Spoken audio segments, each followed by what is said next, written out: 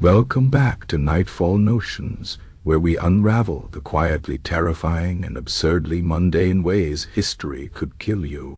If you enjoy these tales of historical misfortune, don't forget to subscribe for more stories that make you grateful for modern safety standards, or at least mildly amused by their absence. Tonight we delve into the first chapter of our culinary catastrophe, the Perils of the Open Hearth. Chapter 1. The Perils of the Open Hearth. The medieval kitchen was not a place for the faint of heart, nor the loose of sleeve. It was a realm of roaring fires, bubbling cauldrons, and an ever-present sense that death was just one misplaced step away. At the center of it all stood the open hearth, a gaping maw of flames that served as both the heart of the home and its most reliable executioner. Imagine, if you will, the scene. A dimly lit room, smoke curling lazily toward the rafters, the air thick with the scent of charring meat, and the ever-present tang of fear. The cook, a harried figure with forearms like seasoned oak, moves with the practiced haste of someone who knows that hesitation could mean a third-degree burn or worse. His sleeves, because of course they are voluminous, because fashion in the Middle Ages was seemingly designed to maximize flammability, billow like the sails of a ship as he reaches for a pot suspended over the fire. This is where our story begins, not with a bang, but with the slow, inevitable crinkle of fabric brushing against an ember. The cook doesn't notice at first. He's too busy shouting at a scullion for letting the soup boil over, or perhaps at the baker's boy for bringing flour that's more weevil than wheat. The first hint of disaster is the faintest whiff of something burning that isn't supper. By the time he glances down, the cuff of his sleeve is alight, the fire licking upward with the enthusiasm of a drunkard at a free tavern. Now, you might think this is the moment for panic. But the medieval kitchen was a place of routine horrors, and the cook's reaction is almost leisurely. He swats at the flame as if it were an especially persistent fly, which does precisely nothing except spread the fire to his other sleeve. The scullion, who has seen this before, makes the tactical decision to back away slowly. The baker's boy, less experienced, freezes like a rabbit in a snare. What happens next is a masterclass in poor decision-making. The cook, now fully aware that he is transforming into a human torch, does what any sensible person would do. He runs. Not toward the bucket of water by the door. No, that would be too logical. Instead, he bolts for the courtyard, arms flailing like a windmill in a hurricane, which only fans the flames higher. By the time he stumbles into the open air, he's less a man and more a screaming, smoking beacon of what not to do in a kitchen. The courtyard, of course, is full of people. A group of washerwomen scatters like startled geese, their laundry abandoned to the whims of the wind. A pair of knights who moments ago were engaged in a spirited debate about whether their lord's new hat made him look like a disgruntled owl, now find themselves united in the face of a common enemy, a chef-shaped fireball. One of them, ever the pragmatist, draws his sword. The other, perhaps more creatively inclined, shouts something about smothering the flames with a tapestry.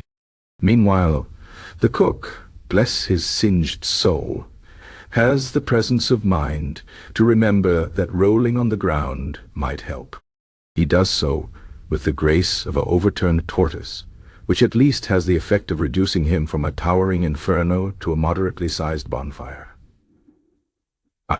By the time the tapestry arrives, courtesy of a page who's now questioning his life choices, the worst is over. The cook lies there, smoldering gently, his once proud sleeves reduced to ashy tatters. And thus concludes another day in the medieval kitchen, where the line between dinner and disaster was as thin as a blade and twice as sharp. The cook, if he survives, will likely return to his post with fewer eyebrows and a newfound respect for rolled-up sleeves. The scullion will whisper the tale to wide-eyed apprentices for years to come. And the baker's boy? He'll never look at an open flame the same way again. But this is just the beginning. The open hearth was but one of many dangers lurking in the shadows of the medieval kitchen. For every chef who escaped with only minor charring, there were a dozen less fortunate souls who learned the hard way that fire, much like history, has no mercy for the careless. So the next time you complain about your smoke alarm going off because you forgot the toast, remember the cook. Remember his sleeves. And be glad that your biggest kitchen worry is a slightly overdone breakfast. Chapter 2. Slippery when greased. If the open hearth was the medieval kitchen's most dramatic killer, then the floor was its most patient one. Uneven, pitted stone, slick with generations of spilled grease, formed a surface so treacherous that even the most sure-footed servant moved with the cautious deliberation of a man crossing a frozen river in spring. It was not a matter of if someone would slip, but when, and how spectacularly they would meet their demise. Take, for instance, the unfortunate case of Reginald the Spitboy. Reginald was neither particularly bright nor particularly clumsy, which in a fairer world would have meant he died of old age, or at least something with a modicum of dignity, like plague or peasant uprising.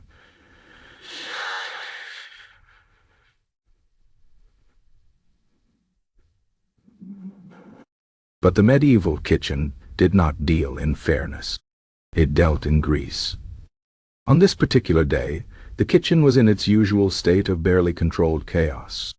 A whole boar roasted over the fire, its fat dripping steadily onto the already glistening stones below. The cook, now sporting singed sleeves and a permanently skeptical expression, barked orders at a cluster of underlings who had long since learned to nod vigorously while retaining absolutely none of the information. Reginald, for his part, was tasked with turning the spit, a job that required just enough attention to be tedious but not enough to be engaging.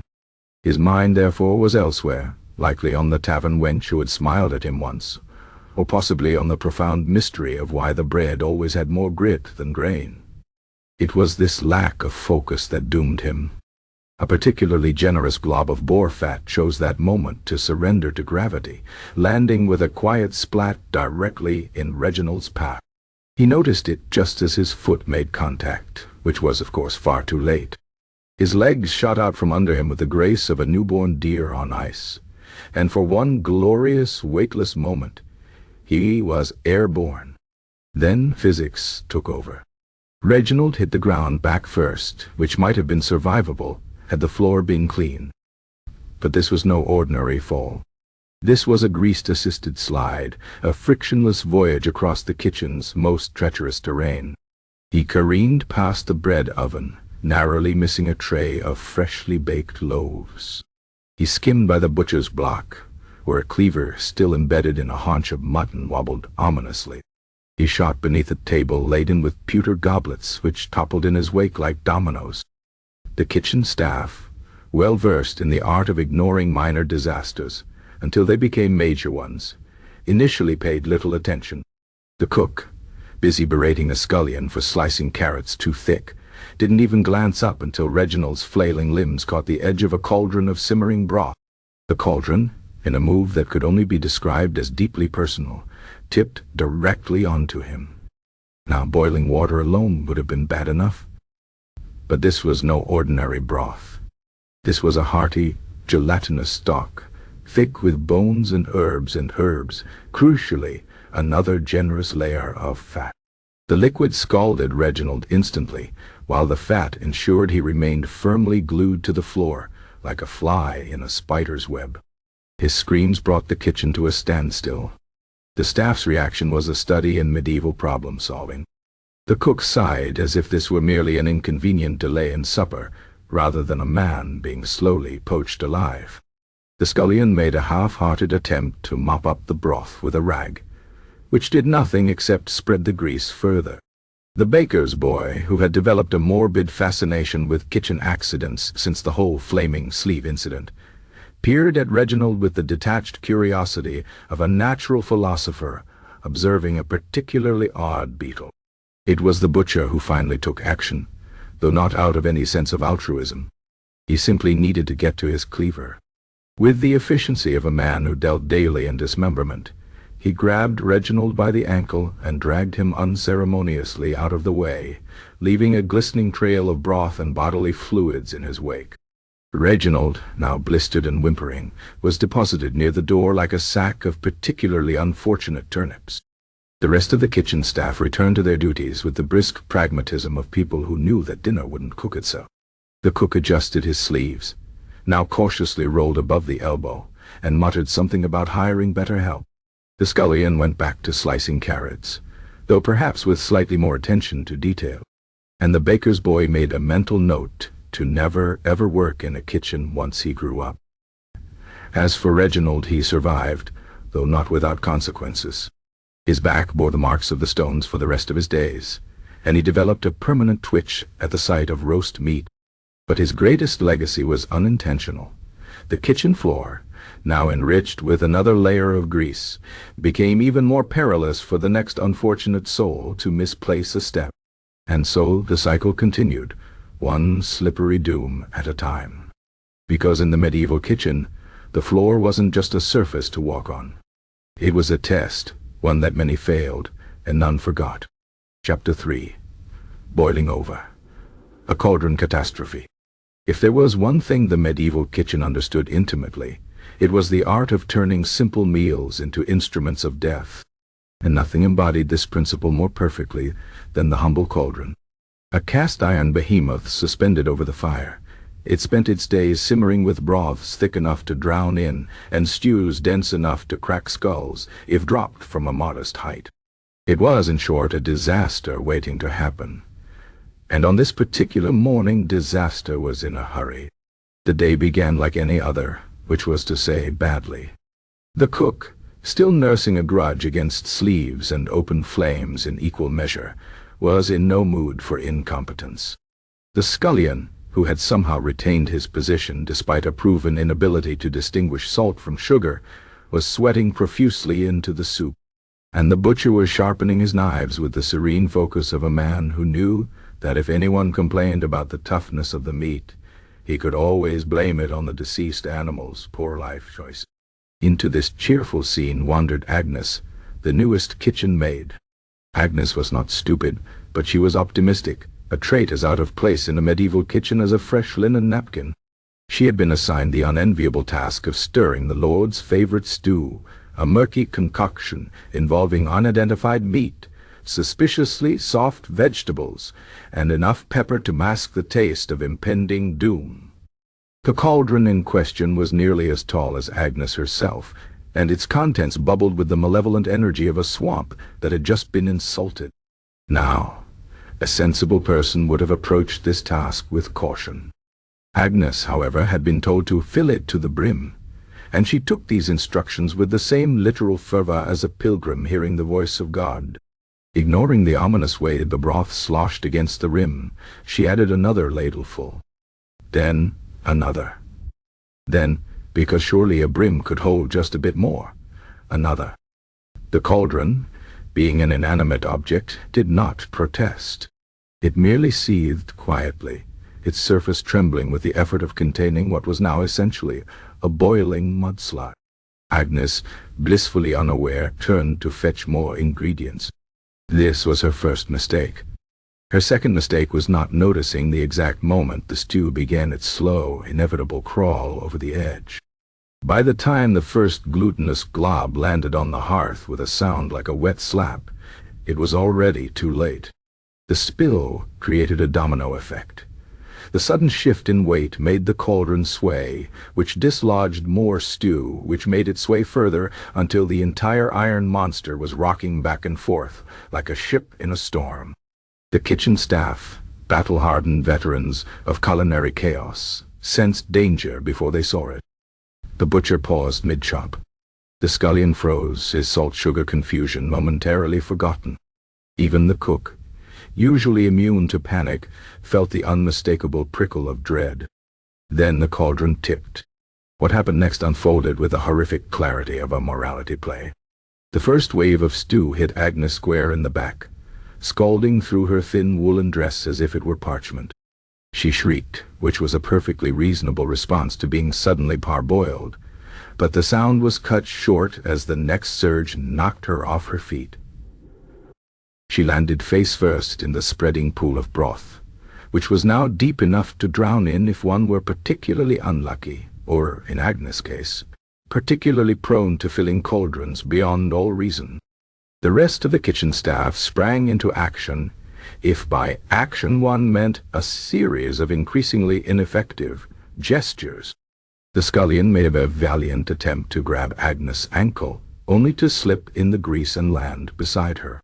The butcher, demonstrating the problem-solving skills of his profession, tried to right the cauldron by stabbing it with his knife, which accomplished nothing except ruining a perfectly good blade. The cook, realizing that this was a losing battle, did what any self-respecting medieval servant would do. He started yelling at everyone. Amid the chaos, the baker's boy, who was rapidly becoming the chronicler of kitchen disasters, noted with detached interest that the stew was now creeping toward the open hearth. The combination of boiling liquid and fire produced a hissing cloud of steam that fogged the room like a vengeful spirit. It also made the floor, already slick with grease and broth, into something resembling an ice rink lubricated with lard. Agnes, by some miracle, managed to sit up, coughing up what appeared to be an entire carrot. Her face was the color of a boiled lobster, and her hair had taken on the consistency of overcooked noodles. But she was alive. The same could not be said for the scullion, who had somehow become entangled in a pile of dropped ladles, and was now whimpering softly into the stones. The cauldron, having exhausted its wrath, settled onto its side with a final contemptuous slosh. The stew continued its slow conquest of the kitchen floor, claiming territory like an invading army. The cook, surveying the damage, sighed deeply. He had lost a cauldron of stew, nearly 2 employees, and what little remained of his patience. But he still had a lord to feed, and lords were notoriously unsympathetic about excuses involving boiling over or minor drowning incidents. So he did what medieval cooks had done for centuries in the face of catastrophe. He pretended it hadn't happened. With a curt order to clean up the mess and a dark mutter about hiring better help, he stalked off to find another cauldron. The butcher returned to his knives. The baker's boy made another mental note about future career choices. And Agnes, newly baptized in the horrors of the kitchen, vowed never to fill anything to the brim again. It was a vow she would break within the week, of course. Because in the medieval kitchen, lessons were learned only until the next disaster, and there was always a next disaster. Chapter 4. The Deadly Art of Spit Roasting. The medieval kitchen had many ways to maim its workers, but few were as deceptively simple as the spit roast. At first glance, the concept seemed straightforward enough. Skewer meat, rotate over fire, wait until eatable. What could possibly go wrong? As with most things in the Middle Ages, the answer was everything. Consider the spit itself, a wrought iron pole as thick as a man's wrist and nearly as long as a pike. When loaded with a full-grown boar or an entire side of beef, the contraption became a weapon in its own right, capable of crushing skulls, dislocating shoulders, or impaling careless kitchen boys with the ease of a knight's lance. The mechanism for turning it was rarely more sophisticated than a handle cranked by whichever unfortunate soul had drawn the shortest straw that day, meaning that exhaustion and distraction were as much part of the recipe as salt and herbs. And so we come to the tale of Hubert, the latest in a long line of spit-turners, who had learned the hard way that roasting meat was less a culinary technique and more an extreme sport. Hubert was built like a barrel with legs, which in theory made him well suited for the physical labor of rotating 100 weight of roasting pork for hours on end. In practice, it mostly meant he had further to fall when things went wrong. And things, as they so often did in this kitchen, were about to go spectacularly wrong. The day began much like any other. The cook, now sporting a collection of burns that gave him the appearance of a half-finished mosaic, was berating the scullion for allowing the fire to burn too hot. The butcher was sharpening his knives with the grim focus of a man who knew that no amount of blade maintenance would ever make the meat less tough. Agnes, still recovering from her near broiling, was giving the cauldrons a wide berth, and had taken up peeling turnips with the intensity of someone trying to outrun their trauma. Hubert, meanwhile, was stationed at the spit, his massive arms moving in slow, steady circles as the pig above the flames dripped fat into the fire with rhythmic hisses. The work was mind-numbing, but that was the problem. Numbing led to wandering thoughts, and wandering thoughts led to disaster. It started with a creak. The spit, overburdened by the sheer mass of the pork behemoth it bore, had begun to sag in the middle. Hubert, lost in a daydream involving a particularly buxom milkmaid, didn't notice until the first iron bracket snapped with a sound like a crossbow firing. The sudden lurch of the spit nearly wrenched his arm from its socket. The pig, now listing dangerously to one side, began a slow but inexorable slide toward the flames. Hubert, with the reflexes of a man who had spent his life narrowly avoiding death, threw his weight against the handle to counterbalance it. For a moment it seemed he might succeed, until the second bracket gave way. What happened next unfolded in the kind of slow motion usually reserved for tragic ballads. The spit, now free of its restraints, became a whirling pork-laden trebuchet. The pig, having fully committed to its descent, slid off the iron rod with the grace of a drunken nobleman leaving a banquet. Hubert, still gripping the handle, was yanked forward with enough force to lift him clean off his feet. The kitchen staff, well versed in the art of watching disasters unfold, reacted with their usual blend of horror and detachment. The scullion dropped his salt cellar again. The butcher paused mid-chop to observe. Agnes, perhaps the only one with any sense of self-preservation, dove behind a sack of flour. Hubert, now airborne, had just enough time to realize he was about to become one with the roast before the spit completed its revolution, and slammed him directly into the pig. The impact sent both man and meat tumbling into the hearth in a tangle of limbs, crackling skin, and flying embers. The fire, delighted by this unexpected offering, roared to life with newfound enthusiasm.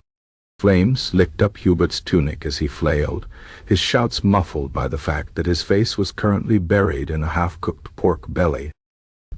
The pig, now serving as both entree and accidental murder weapon, began to blacken at an alarming rate. The cook, displaying the leadership qualities that had kept him alive this long, took immediate action by shouting at everyone else to do something. The scullion, after a brief but intense internal debate about whether Hubert or the pig was more salvageable, opted to throw a bucket of water on the fire. This did little to douse the flames, but succeeded in creating a scalding steam cloud that left Hubert looking like a half-peeled lobster. The butcher, ever practical, hooked a meat fork into Hubert's belt and hauled him free, leaving the pig to its fiery fate. Hubert emerged gasping, his beard singed, his tunic smoldering, and his dignity thoroughly roasted alongside the pork. He was, however, alive, which was more than could be said for the pig, now reduced to a carbonized lump. The kitchen fell silent, save for the occasional pop of burning fat. The cook, after a long withering stare at the wreckage, sighed and rubbed his temples. "Next time," he said, with the air of a man who knew there would absolutely be a next time, "tie the damn pig to the spit."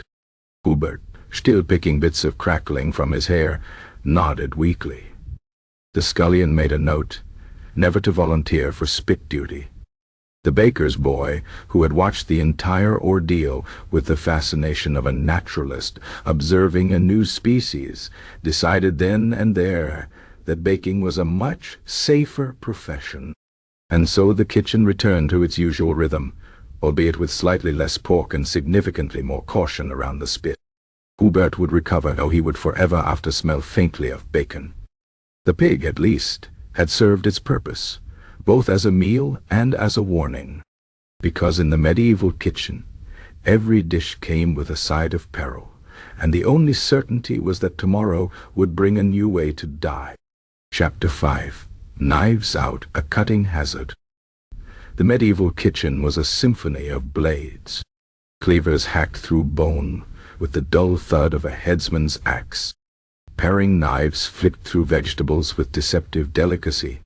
And everywhere, always, the constant scrape of steel being sharpened, a sound that promised efficiency in one moment and amputation in the next. In this culinary armory, a knife was never just a tool. It was a statement, a threat, and far too often an accident waiting to happen. Take the case of the butcher's prized cleaver. A wedge of iron with an edge that could split a hair from nose to tail with one swing. It was as much a weapon as a kitchen implement. The butcher treated it with the reverence most men reserved for holy relics, which meant he sharpened it twice daily and absolutely refused to let anyone else touch it. This policy had served him well, until the morning young Timothy the scullion decided to borrow it. Timothy was not malicious, merely stupid, a dangerous combination in any era. His task that day was to prepare the rabbits for stew, a job that normally involved a small skinning knife. But the skinning knife was dull, and the rabbits were many, and the cleaver hung there on the wall, gleaming with promise. In Timothy's defense, he did pause to consider the wisdom of his plan. Unfortunately, his consideration lasted approximately as long as it took for a drop of sweat to slide from his brow to the tip of his nose. The theft itself went smoothly. The butcher was occupied with a side of beef that was putting up more resistance than some armies, and the cook was busy threatening Agnes over the state of the turnips. Timothy had the cleaver off its hook and back at his workstation before anyone noticed. His first swing was tentative, the blade biting into the chopping block with a solid chunk. His second swing carried more confidence. His third swing would have been perfect, had the rabbit not chosen that exact moment to convulse in post-mortem rebellion. The cleaver, meeting unexpected resistance, veered wildly off course. What happened next occurred too quickly for the human eye to follow, though the baker's boy would later swear he saw the blade spin through the air like one of them fancy French dancing things. The cleaver embedded itself in a sack of flour with a soft poof, sending up a cloud so dense it looked like the kitchen had been struck by localized snowfall. Silence fell. Then, from somewhere in the white haze, came the butcher's voice, as calm and deadly as a drawn blade. "Who touched my cleaver?" The flour settled just in time for everyone to see Timothy raise his hand like a schoolboy who'd just remembered the answer to a question. The butcher's face underwent a remarkable transformation, cycling through disbelief, rage, and something resembling dark amusement in the span of 3 heartbeats. When he spoke again, his tone was almost conversational. "Tell me, boy, when you took my cleaver, did you consider how much force it takes to stop a blade like that mid-swing?" Timothy shook his head. "Did you think about what might happen if your grip slipped, or if your aim was off by even a finger's width?" Another shake. The butcher nodded slowly. "Good. Then your education begins now." What followed was less a lesson in knife safety, and more a masterclass in terror. The butcher retrieved his cleaver and proceeded to demonstrate, with graphic precision, exactly how every bone in a rabbit's body could be separated. He did this while maintaining unbroken eye contact with Timothy, who by the end had turned a shade of pale, typically only seen on week-old fish. Meanwhile, at the vegetable station, Agnes was discovering that even proper knives had their dangers. Her paring knife, while small, had developed a wobble in its handle that made every slice an adventure. The current carrot had already fought her to a draw, with more of it ending up on the floor than in the pot. Her frustration mounted with each uneven chunk, until finally, with one particularly vigorous stab, the blade separated from the handle entirely, and went skittering across the table. The knife came to rest, point first, in a loaf of bread, where it stood quivering like a dagger in a target. Agnes stared at it. The baker's boy stared at it. Even the cook paused in his perpetual simmer of anger to acknowledge the sheer perfection of the shot. "Anyone hurt?" the cook asked, in the tone of a man who'd long since accepted that injury was inevitable. Agnes shook her head. "Bread ruined?" The baker's boy inspected the loaf. "Just the heel. We can cut around it." The cook nodded. "Then stop gawking and get back to work." And so the kitchen carried on, its rhythm punctuated by the constant percussion of blades meeting wood, and the occasional yelp when someone met something they shouldn't. The butcher reclaimed his station, shooting periodic glares at Timothy that promised further education if any of his other tools went missing. Agnes, now wielding a spoon for safety, mashed what remained of the vegetables into something vaguely resembling a dish. But the true lesson of the day came later, when the cook himself nearly lost a thumb to a badly balanced carving knife. The resulting outburst, a colorful tapestry of curses that referenced everything from the cook's lineage to the questionable parentage of the knife's maker, served as a reminder that in the medieval kitchen no one was safe. Not the greenest scullion, not the most experienced cook. Every blade was a potential traitor, every cut a gamble. The only certainty was that the kitchen would always demand its pound of flesh, sometimes quite literally. And as the cook wrapped his bleeding hand with a rag that had probably been used to wipe down the table, the kitchen staff shared a moment of silent understanding. Tomorrow would bring new dangers, new near misses, and very possibly new scars. But for now, the knives were sheathed, the wounds were bound, and supper, slightly more bloodied than usual, would be served on time. Chapter 6. Smoke. Inhalation. The silent killer. The medieval kitchen's most insidious murderer never announced itself with clattering steel or splattering grease. It crept in on silent tendrils, thickening the air, until breathing became a labor, until vision blurred, until the strongest of kitchen workers slumped over their stations like sacks of grain. Smoke did not discriminate. It claimed the young and old, the careful and careless, with equal suffocating indifference. On this particular morning, the kitchen staff knew something was wrong before they even opened the door. A hazy gray veil seeped through the cracks around the frame, curling into the corridor like the probing fingers of some ethereal intruder. The cook, whose lungs bore the permanent rasp of 2 decades in poorly ventilated kitchens, took one look at the creeping tendrils and sighed with the weariness of a man who had seen the story play out too many times before. "God's teeth," he muttered, pulling his tunic up over his nose. "Who banked the fires last night?" The scullions exchanged glances. The question was rhetorical. Everyone knew it had been old Tom, the night watchman whose eyesight had been failing for years, but whose pride wouldn't let him admit it. Tom had a habit of piling the hearth high with damp wood to keep the chill off, a practice that resulted in smoldering mounds that produced more smoke than heat. The cook kicked open the door and was immediately swallowed by the fog. The kitchen beyond was a vision of purgatory. Flames licked lazily at half-charred logs, their heat stifled by the dense pall hanging in the air. The smoke had settled in layers, thickest near the ceiling where it pooled like a malignant cloud, but even at waist height the air shimmered with heat and particulate. Agnes, ever the optimist, made it 3 steps inside before doubling over in a coughing fit so violent it threatened to turn her inside out. The butcher, who had survived more kitchen calamities than most soldiers survived battles, merely grunted and waded forward, his broad back cutting through the haze like a ship's prow through fog. "Open the damn shutters," the cook barked, though his order was swallowed by another round of coughing.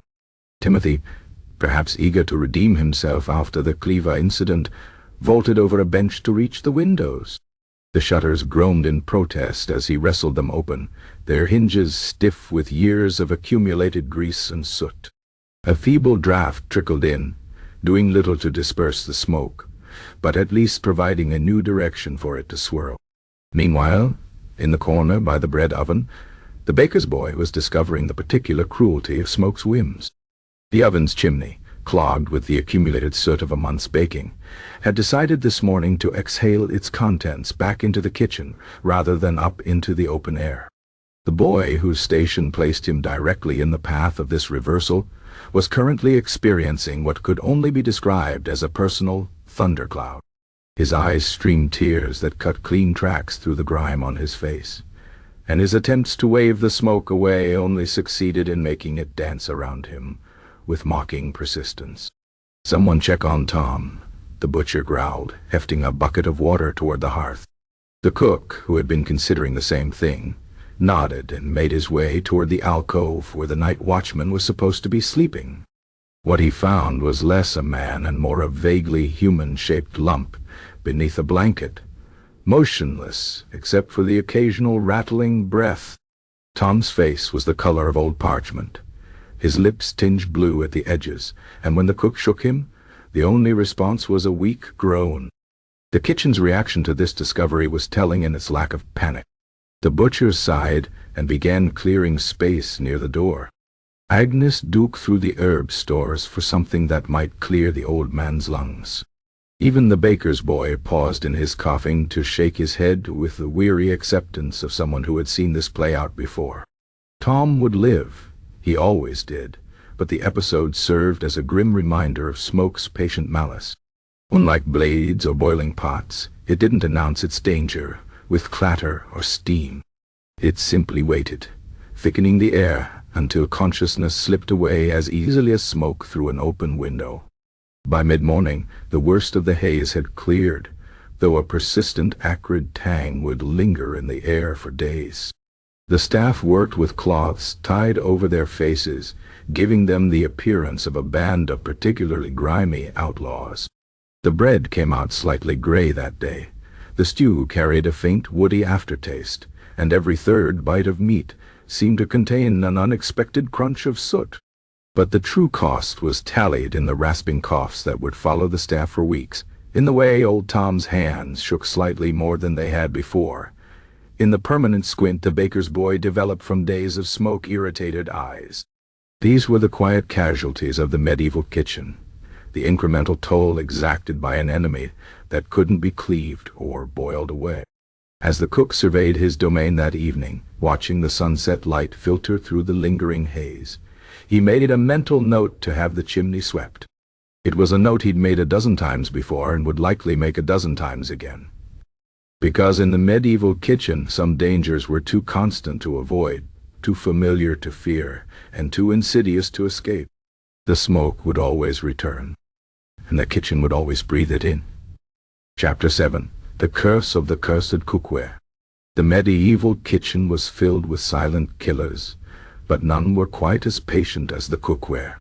While open hearths and sharp knives claimed their victims in spectacular fashion, the pots and pans worked their dark magic slowly, leaching poison into every meal with the quiet dedication of an assassin working their way through a royal lineage. The Lord's favorite serving bowl was the worst offender, a beautiful lead-glazed vessel decorated with cheery hunting scenes that belied its murderous nature. Every acidic stew or wine it held absorbed tiny fragments of the soft metal, which then accumulated in the bones and brains of whoever consumed them. The cook knew this bowl was trouble, but his warnings had been dismissed with the same enthusiasm as his complaints about the firewood budget. The Lord liked his hunting scenes, and so the bowl remained, doling out dementia one ladleful at a time. Then there were the copper pots, gleaming like stolen treasure when properly polished. Magnificent conductors of heat, they were equally efficient at dissolving into acidic foods when the tin lining wore thin, which it always did, because the kitchen staff had more pressing concerns than retinning pots. The cook had seen what unlined copper could do.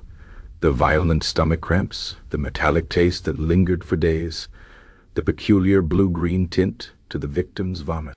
He tried explaining this to the steward, who'd countered that the alternative was iron pots that made everything taste like blood. On this particular morning, the kitchen staff moved about their duties with their usual blend of competence and resignation. Agnes stirred a tart fruit compote in one of the suspect copper pans, her wooden spoon scraping against patches where the tin had worn through to the ruddy metal beneath. The compote had developed an odd metallic sheen, but this was attributed to the light rather than any chemical reaction. The butcher hacked at a joint of meat on his stained wooden block, sending bone fragments flying into the nearest bowl, which happened to be the cursed lead-glazed one. The baker's boy kneaded dough on a flour-dusted table, blissfully unaware that the water he'd used had been stored in a lead-lined cistern. Only the cook seemed to notice the slow accumulation of danger. He watched the compote bubble ominously and made a mental note to serve it to the steward first. He saw the butcher wipe his bloody hands on a cloth that would later be used to strain cider.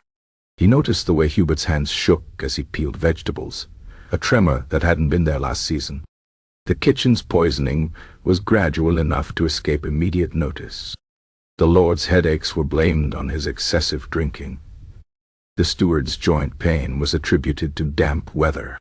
The cook's worsening memory lapses were chalked up to age. Even the kitchen staff's collective exhaustion and irritability was considered normal for people who worked in perpetual smoke and chaos. The truth revealed itself in small, horrifying ways. The baker's boy developed a peculiar blue line along his gums, but assumed it was from chewing on his pen. Agnes began forgetting simple tasks, though she blamed the smoke inhalation. The butcher's temper grew even shorter, his outbursts now punctuated by violent tremors he couldn't control. The cook, who had survived burns, cuts, and smoke inhalation, found himself facing an enemy he couldn't fight with rolled sleeves or shouted orders. He took to marking the worst offenders with subtle nicks, a scratch near the handle of the lead bowl, a dent in the rim of the most dangerous copper pot. But the kitchen's inexorable tide of use wore away even these warnings. By winter, the signs became undeniable. The Lord's physician diagnosed him with gout and prescribed more wine, served in lead cups, naturally. The steward took to his bed with pains no poultice could ease. In the kitchen, Hubert's tremor had progressed to full-body shakes that made peeling potatoes a dangerous endeavor. The cook surveyed his domain one evening, watching the firelight gleam off the beautiful, deadly cookware. He thought of all the meals served, all the poisons consumed, all the slow deteriorations underway. Then he sighed, picked up a wooden spoon, and gave the nearest pot a stir. There was still supper to be made, and hungry mouths to feed. The cookware would continue its quiet work, and the kitchen would keep serving up death, one delicious bite at a time. Chapter 8. Following timbers and crushing beams.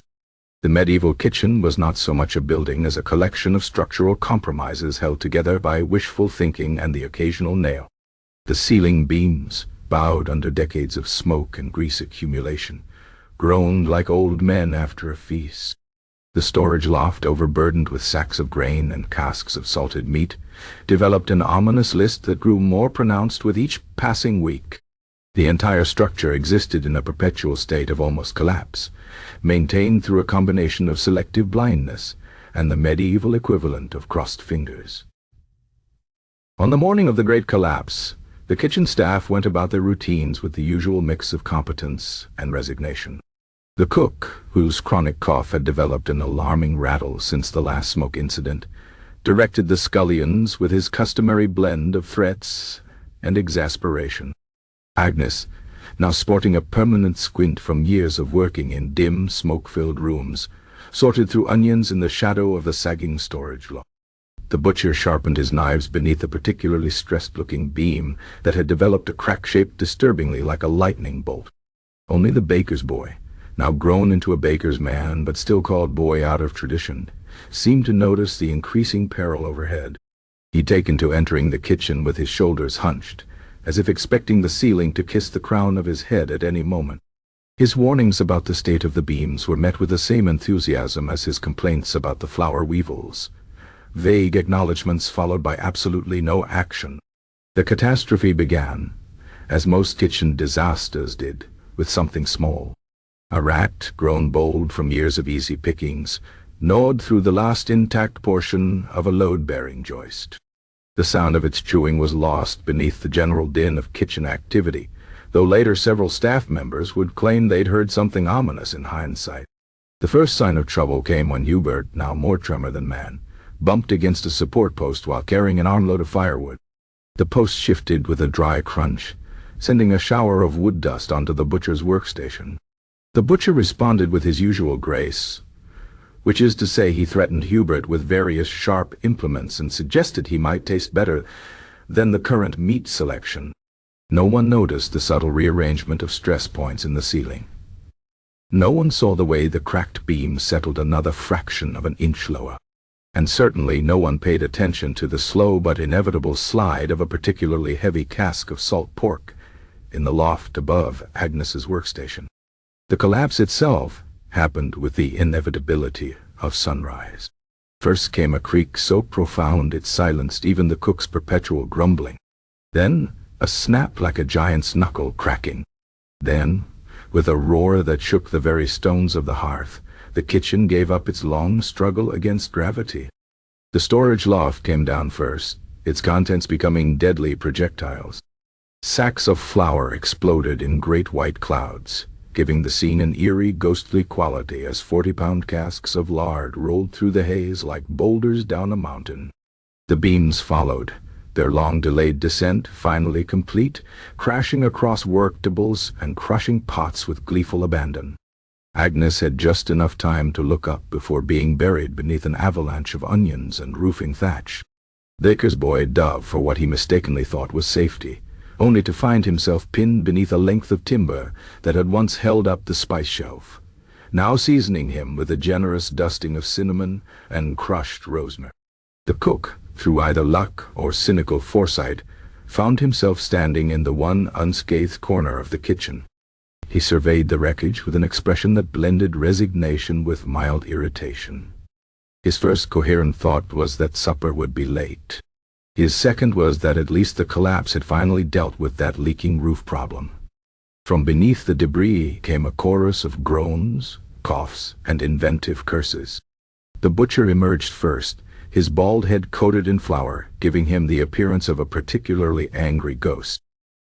Agnes fought her way free of the onion avalanche, her hair now studded with bits of thatch like some bizarre festive decoration.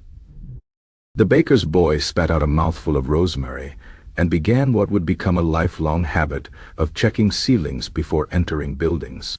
As the dust settled, both literally and figuratively, the kitchen staff took stock of their situation.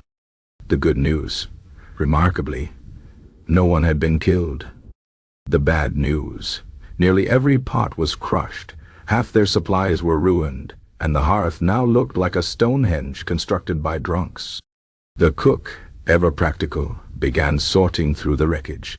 He salvaged a dented pot, fished out a slightly squashed loaf of bread, and began making what would later be remembered as the collapse stew, a dubious concoction of whatever ingredients had survived the disaster.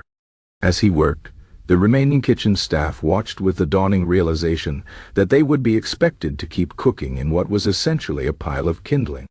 By nightfall, a makeshift kitchen had been established in the courtyard. The Lord, upon hearing of the disaster, had generously offered his thoughts and prayers, but no additional funds for repairs. The staff ate their collapsed stew in exhausted silence, each chewing carefully in case the meal contained more timber than thyme. As the stars came out, the cook looked back at the ruined kitchen. In the moonlight, the jumble of broken beams and scattered cookware took on an almost artistic quality. He sighed, knowing tomorrow would bring backbreaking labor and makeshift solutions. But for tonight, at least, the kitchen had finally achieved what it had been threatening for years. It had literally fallen apart. And yet, like some phoenix rising from the ashes, or in this case, a cook rising from the rubble, they would rebuild. The beams might be crooked and the loft might lean, but the kitchen would endure. It would continue its proud tradition of barely contained chaos and imminent structural failure. After all, what was a little collapsing timber compared to the daily hazards of knives, boiling pots, and lead-glazed cookware? The kitchen had tried to kill them in a spectacular new way, but they'd survive. Again. For now, that was enough. Chapter 9. Rat Infestations, a bite worse than bark. The medieval kitchen had always hosted rats, but there was a difference between the occasional scavenger darting through the shadows and what could only be described as a full-scale rodent occupation. The infestation began subtly, a nibbled loaf here, suspicious droppings there, until one morning the cook lifted the lid of the flour barrel and found not powder but a squirming mass of tails and whiskers. The creatures had grown bold, emboldened by years of easy meals and the kitchen staff's grudging tolerance.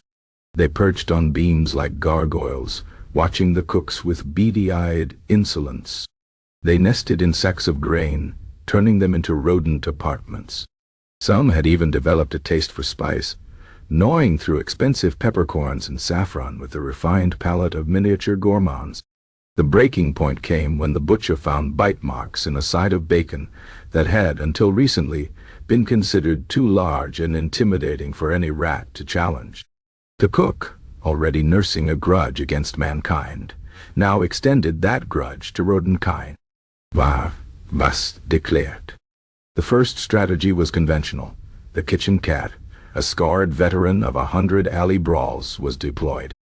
Unfortunately, the cat had grown complacent in his middle age, preferring to nap by the hearth rather than hunt.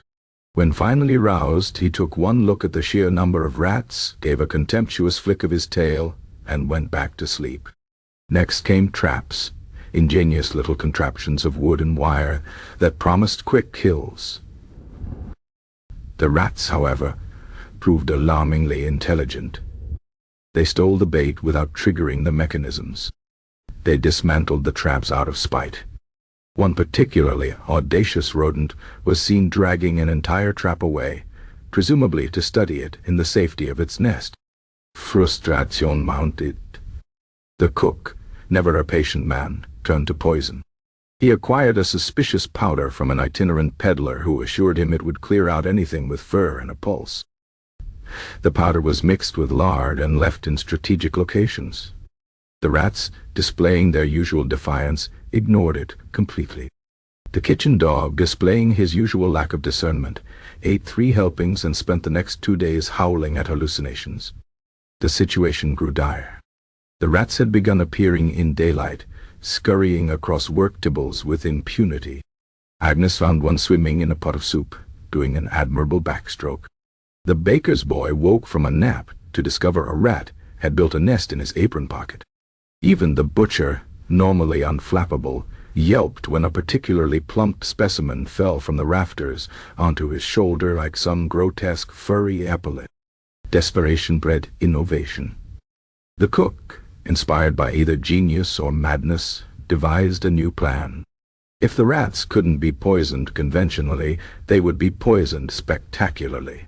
He ordered the preparation of an enormous pie, a culinary Trojan horse filled with their favorite ingredients and laced with enough poison to drop a horse.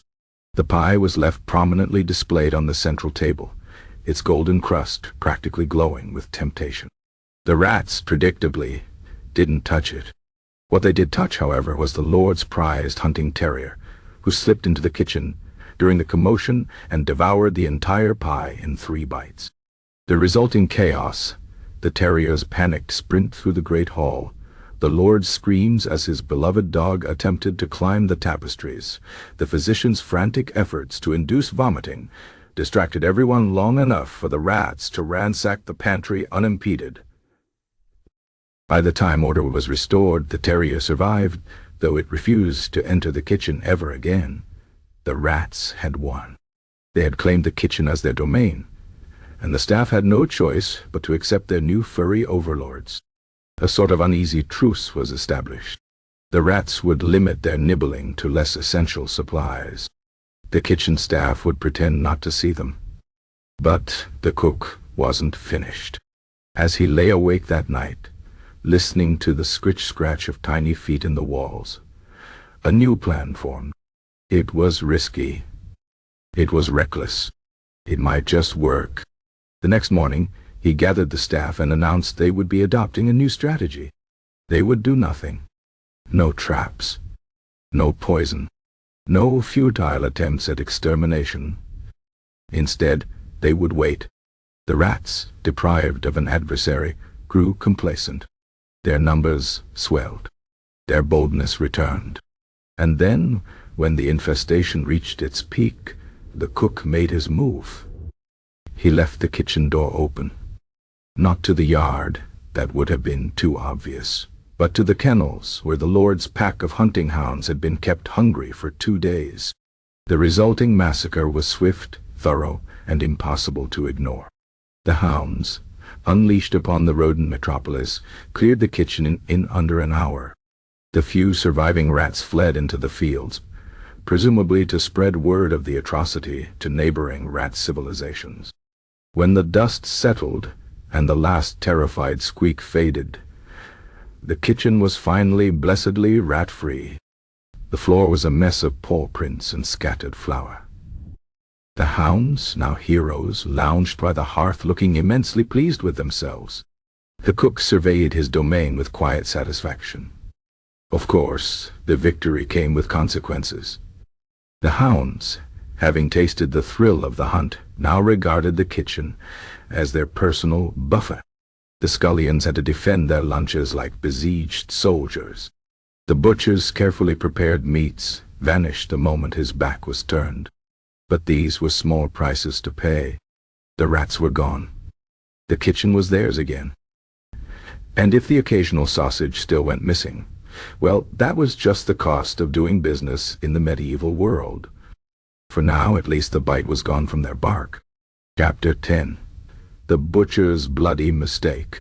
The butcher had always been the most unshakable presence in the kitchen, a mountain of muscle and scars, who treated cleaver wounds like minor inconveniences. His hands bore the history of his trade, pale slash marks across knuckles, a missing fingertip, sacrifice to a particularly stubborn joint, and a permanent red stain in the creases of his skin that no amount of scrubbing could remove.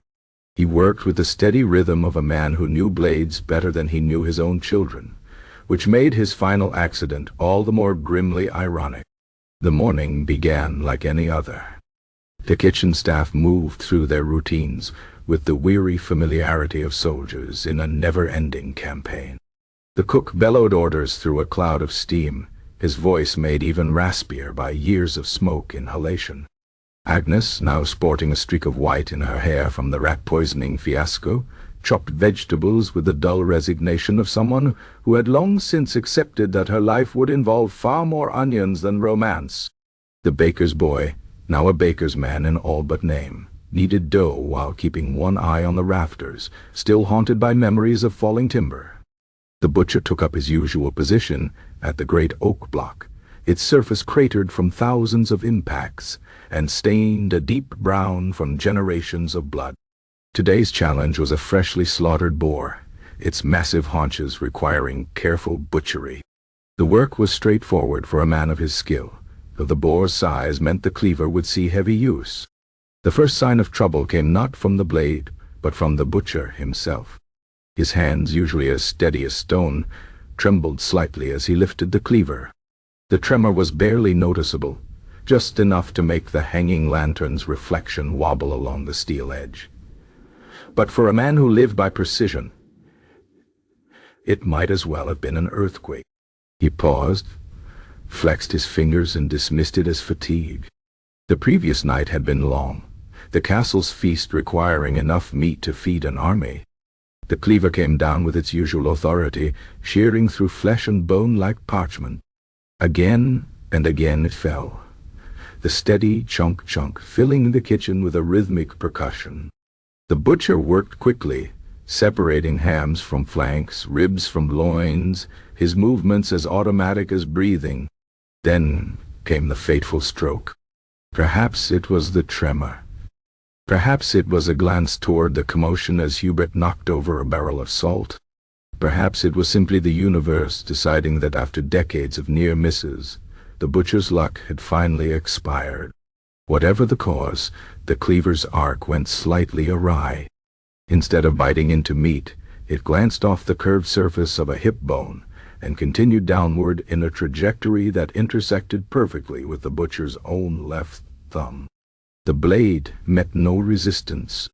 For a moment, the butcher simply stared at his hand, now missing its outermost digit. The thumb lay on the block like a grisly mushroom cap, the cleaver embedded in the wood beside it. Blood welled, then spurted, then poured in a steady stream that quickly formed a spreading pool across the oak surface. The kitchen staff, well versed in injuries, reacted with their usual mix of competence and detachment. Agnes grabbed the nearest rag, unfortunately the one used for wiping down tables, and pressed it to the wound. The baker's man reached for the jar of spiderwebs and honey that served as the kitchen's universal remedy. The cook, who had seen more severed body parts than most battlefield surgeons, simply grunted and continued stirring his pot.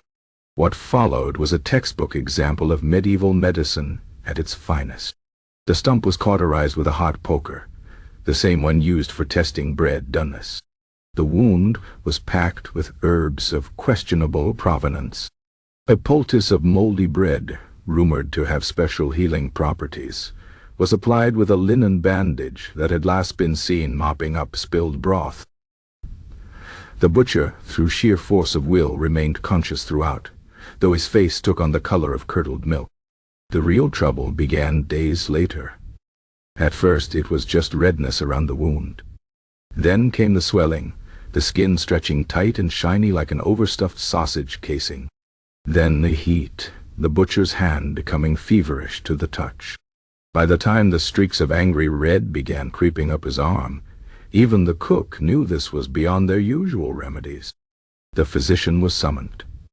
He took one look at the butcher's arm, now swollen to twice its normal size and oozing yellowish pus, and pronounced the dreaded word, mortification. The treatment was swift and brutal. Leeches were applied. A smelling paste of crushed beetles and mercury was smeared on the wound. When these failed to halt the infection spread, the only remaining option was attempted. The arm would have to come off. The amputation was performed with the same cleaver that had started the whole affair, though not before being heated in the fire to drive out evil humors. The butcher, given only a leather strap to bite and a healthy dose of strong ale as anesthesia, endured the procedure with a series of guttural roars that sent the kitchen dogs fleeing. When it was over, the stump was seared shut with a branding iron normally used for marking cattle. The infection, unsurprisingly, continued its march. Within a week, the butcher was delirious with fever, his remaining hand clutching at phantom cleavers as he muttered to long-dead pigs. The red streaks had reached his shoulder, and a foul smell followed him like a shroud. The physician, running out of ideas, suggested bleeding him to restore balance to his humors. This only accelerated the inevitable. The butcher's final hours were spent staring at the kitchen ceiling, his breath coming in wet, rattling gasps. Those who dared approach heard him whispering to himself, a litany of carcasses and cuts, as if mentally preparing one last side of beef. Just before dawn, he raised his remaining hand, whether in farewell or one final chop, no one could say, and then fell still. The kitchen carried on, of course. Meals still needed preparing, lords still needed feeding. A new butcher was found, a young man with steady hands and no concept of the shoes he was filling. The cleaver was cleaned and returned to service, its edge honed sharp as ever. But sometimes, when the light hit the old oak block just right, you could still see the dark stain where the butcher had made his final cut. And if the new butcher occasionally felt an odd chill when using that particular blade, he kept it to himself. After all, it was just a tool. And tools couldn't be cursed. Could they? Chapter 11. Mold, Mildew, and Murderous Bread. The medieval kitchen's relationship with grain was one of uneasy dependence. Wheat, rye, and barley formed the backbone of nearly every meal, ground into flour and baked into loaves that ranged from barely palatable to downright hazardous. But stored improperly, as it often was, grain became something far more sinister. Damp corners of the storeroom bred mold with colorful enthusiasm, transforming what should have been simple flour into a kaleidoscope of blues, greens, and ominous yellows. The kitchen staff knew better than to complain. Hunger made philosophers of them all, and a bit of colorful flour never killed anyone. At least, that's what they told themselves. The trouble began with the autumn rains. The granary roof, already more hole than thatch, admitted water with the generosity of a sieve. The grain, piled high in damp sacks, developed a fuzzy coating that the baker's man initially mistook for frost. By the time he realized his error, the entire winter supply had taken on a distinctly fuzzy appearance, like bread left too long in a nobleman's forgotten satchel. The cook, ever pragmatic, declared the situation not ideal, but hardly catastrophic. A bit of scraping, a thorough sifting, and the flour would be perfectly serviceable. The Lord's guests might notice a certain earthy aftertaste, but since most medieval palates were accustomed to food that tasted vaguely of dirt anyway, no one would complain. The first loaves emerged from the oven looking normal enough, if slightly greener than usual. The kitchen staff, well versed in the art of ignoring warning signs, dismissed the odd coloration as a trick of the firelight. The bread was distributed with the usual indifference.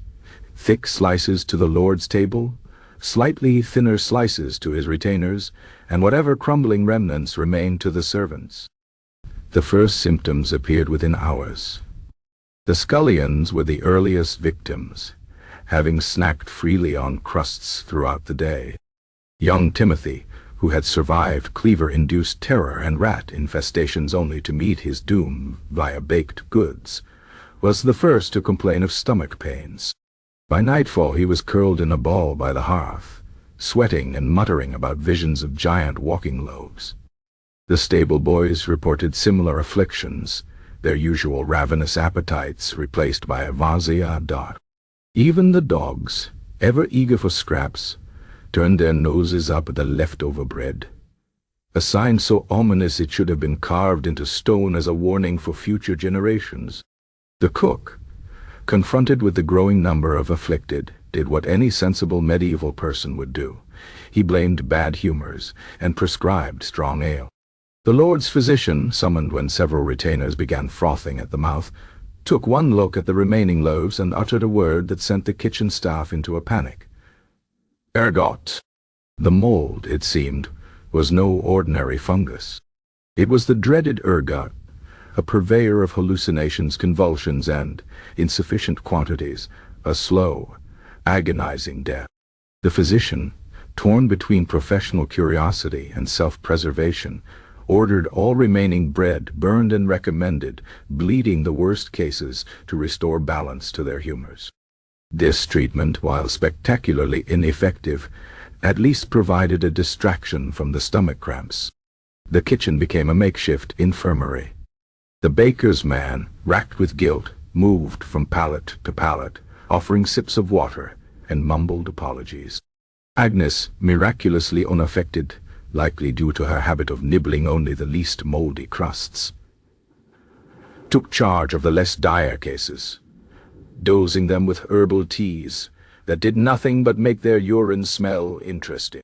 The cook paced the length of the kitchen, pausing occasionally to glare at the remaining sacks of grain as if they had personally betrayed him. Days passed. Some victims recovered, though they would forever after regard bread with suspicion. Others were less fortunate. Timothy succumbed to what the physician termed an excess of black bile, though the greenish tint of his skin suggested the mold had claimed at least partial victory. Several retainers developed permanent twitches, their limbs moving of their own accord like marionettes controlled by an unseen, malevolent puppeteer. The Lord, incensed that his dinner had been so rudely interrupted, fined the baker's man a month's wages for culinary treason. When the crisis finally passed, the kitchen staff gathered to discuss prevention. The granary roof would be repaired. Future grain would be inspected with paranoid scrutiny. And most importantly, any flour that so much as hinted at coloration beyond its natural hue would be discarded, or at the very least reserved for the Lord's least favorite guests. The baker's man, chastened but wiser, returned to his ovens with renewed caution. His first post-ergot loaves were small, carefully monitored things, their pale crusts a testament to his newfound respect for fungal power. He worked slowly, methodically, pausing often to sniff the flour for any sign of deception.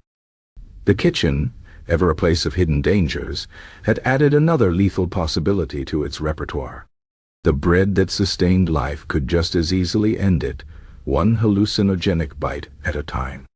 And so the staff carried on, breaking their fast with slightly less enthusiasm than before, chewing each mouthful with the wary attention of men and women who had learned, yet again, that in the medieval kitchen, even the most basic sustenance came with risk. The grain would keep, the ovens would burn, and the mold, patient and inexorable, would wait for its next opportunity. Chapter 12. The Well of Doom. Waterborne Death. The castle well stood just outside the kitchen door, its stone rim worn smooth by centuries of bucket ropes. It was the kitchen's most essential and most treacherous servant, providing water for cooking, cleaning, and drinking, a triple threat of potential doom. The well's contents were a mystery even to those who drew from it daily. Sometimes clear and sweet, sometimes murky with the afterbirth of spring rains, it had moods as unpredictable as the Lord's temper. The trouble began, as it so often did, with something small. A dead rat, unnoticed until it had stewed in the water long enough to become more broth than rodent. By then, the damage was done. The first bucket drawn that morning had an odd, gamey smell, but the scullion tasked with water duty, a new boy with more enthusiasm than sense, assumed this was simply how water smelled. He filled the kitchen basins without complaint, and the well's contaminated gift spread through the kitchen like a whispered secret. The cook used it for soup. The baker's man kneaded it into dough. The scullions washed vegetables in it, their hands sloshing through water that had recently hosted a decomposing carcass. By noon, the first complaints began. Vague stomach grumblings at first, nothing worth noting in a place where questionable food was the norm. By evening, the grumbling had become roars, and the kitchen's usual cacophony was replaced by a new soundtrack, the constant shuffle of servants sprinting for the latrine. The Lord's physician, summoned to investigate what he initially assumed was simple gluttony, took one look at the well and another at the kitchen staff's ashen faces and made a diagnosis that sent waves of panic through the castle. Poisoned water. His suggested remedy, drinking only wine or ale until the well cleared, was met with enthusiasm by the nobility and despair by the servants, who could ill afford such luxuries. The kitchen became ground zero for an invisible sea. The cook, whose constitution could handle undercooked meat and questionable shellfish, fell victim with the rest. He spent his nights curled by the hearth, his usual bellowing reduced to pitiful groans. The baker's man, already traumatized by ergot, took to sniffing every bucket of water like a wine connoisseur checking for cork taint. The scullions moved through their duties with the haunted expressions of soldiers who had seen too much battle. The well's betrayal went beyond mere dysentery. Soon, strange rashes appeared on hands that had handled the water. The kitchen cats, who usually lapped at spills with impunity, began avoiding puddles with uncharacteristic caution. Even the flies, those eternal kitchen companions, seemed less numerous, whether from lack of interest in the suddenly sterile environment, or because they too had fallen victim, no one could say. Attempts were made to cleanse the well. A hapless volunteer was lowered into its depths to remove any offending matter, emerging with 2 dead rats, someone's lost shoe, and a trauma that would haunt his dreams for years. The well was then dosed with vinegar, then salt, then, in a moment of desperation, several bottles of the Lord's prized brandy, a sacrifice that pained the steward more than any gastrointestinal distress. Days passed. The water cleared, at least to the naked eye. The kitchen staff, wary but thirsty, tentatively resumed use of the well. The first batches of post-contamination bread were made under the baker's man's paranoid scrutiny, each loaf inspected like a suspected spy before being sent to the tables. The cook, still weak but refusing to show it, barked orders with slightly less volume than usual. Life in the kitchen resumed its familiar rhythm, though now with a new ritual.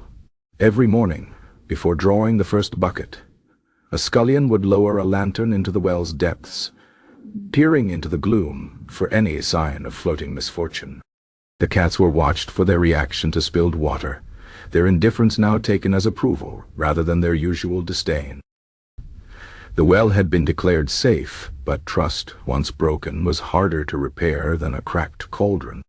The kitchen staff drank ale when they could get it, wine when they couldn't, and water only when absolutely necessary, and even then, with the grim resignation of men sipping poison. The Lord, informed of the crisis's resolution, celebrated by hosting a feast, one featuring copious amounts of wine and conspicuously little soup.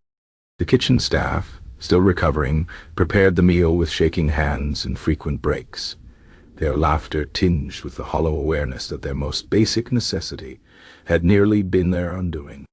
And so the kitchen carried on, its dependence on the well unchanged, but its innocence lost.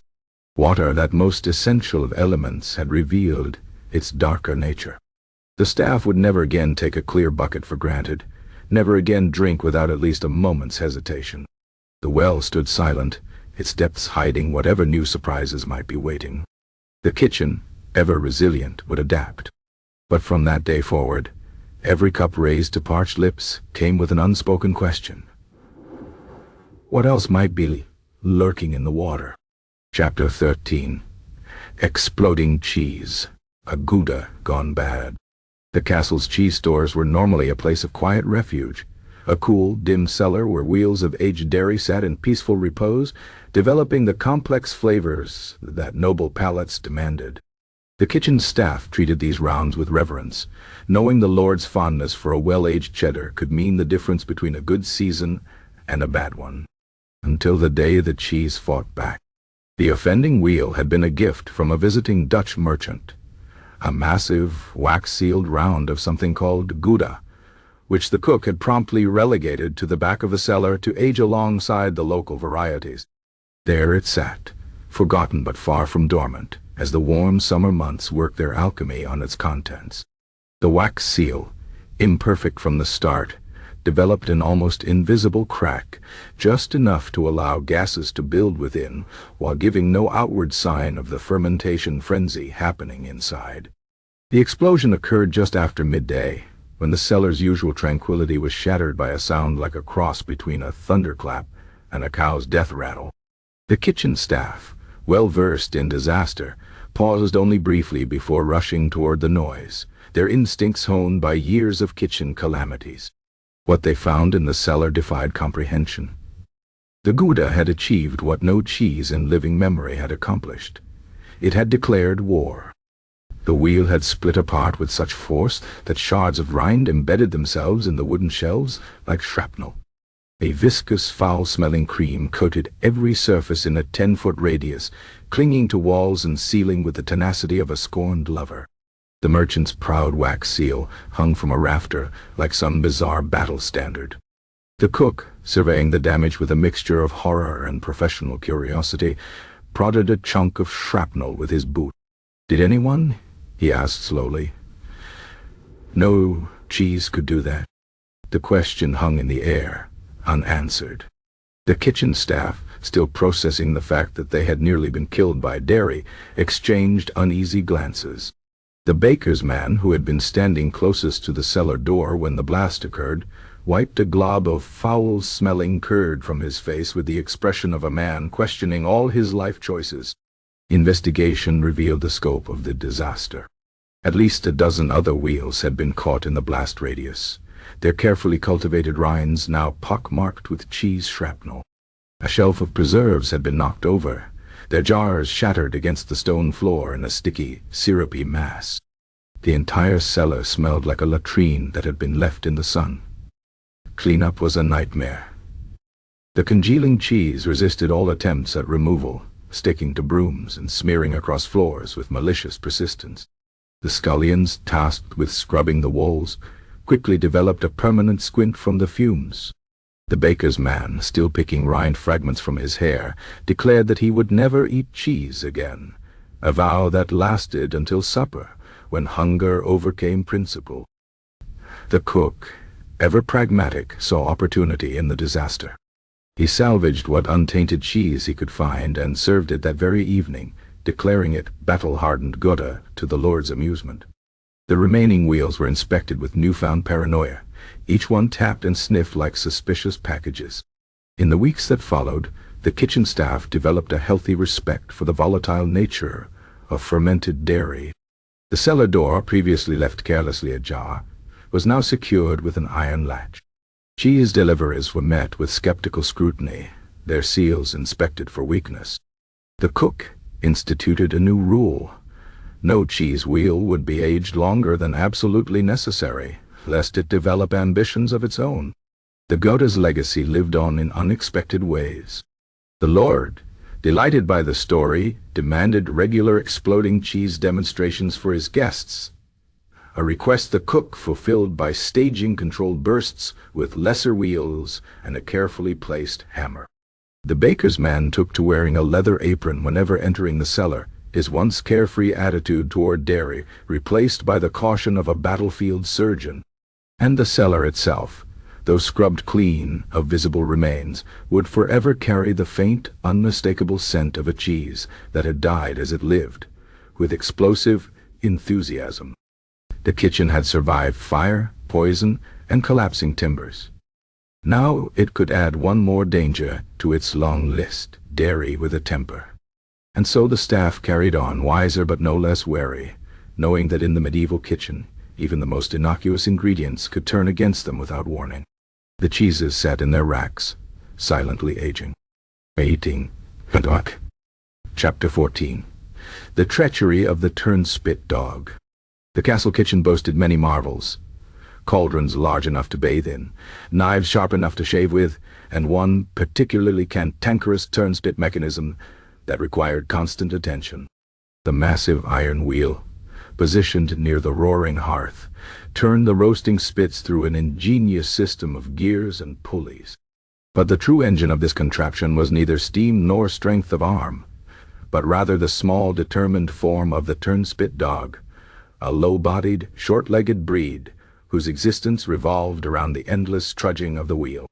The current occupant of this unenviable position was a wiry little creature named Grip, so called for his tendency to sink his teeth into anyone who tried to remove him from his post before the roast was done. His coat bore the singe marks of years spent too close to the fire, and his eyes held the weary resignation of a veteran soldier who had seen too many campaigns. Grip was, by all accounts, an excellent turnspit dog.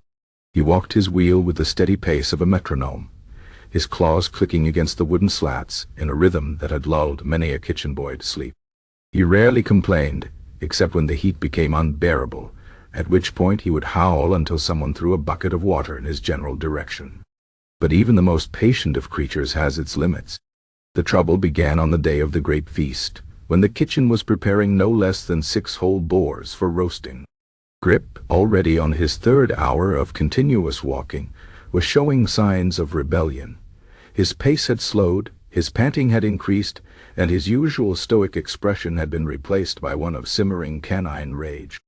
The cook, preoccupied with 16 other crises, failed to notice the warning signs.